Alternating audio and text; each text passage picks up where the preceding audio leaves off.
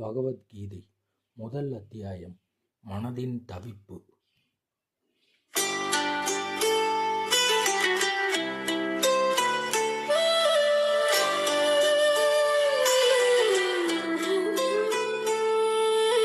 உறவு சண்டை தினமும் நடக்குது, மனக்குழப்பம் நம்மை சூழ்ந்து கொள்ளுது. போர்க்களம் கண்டு அர்ஜுனன் திகைத்தான், சுற்றத்தார் எதிர்த்து நிற்க கலங்கினான். போர் புரிவது பாவம் என்றெண்ணினான், கடமை தடுமாறி குழப்பத்தில் ஆழ்ந்தான்.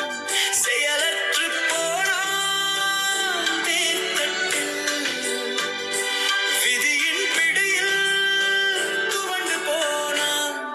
முதல் அத்தியாயம் அவலத்தை பேசும். உறவு சண்டை தினமும் நடக்குது,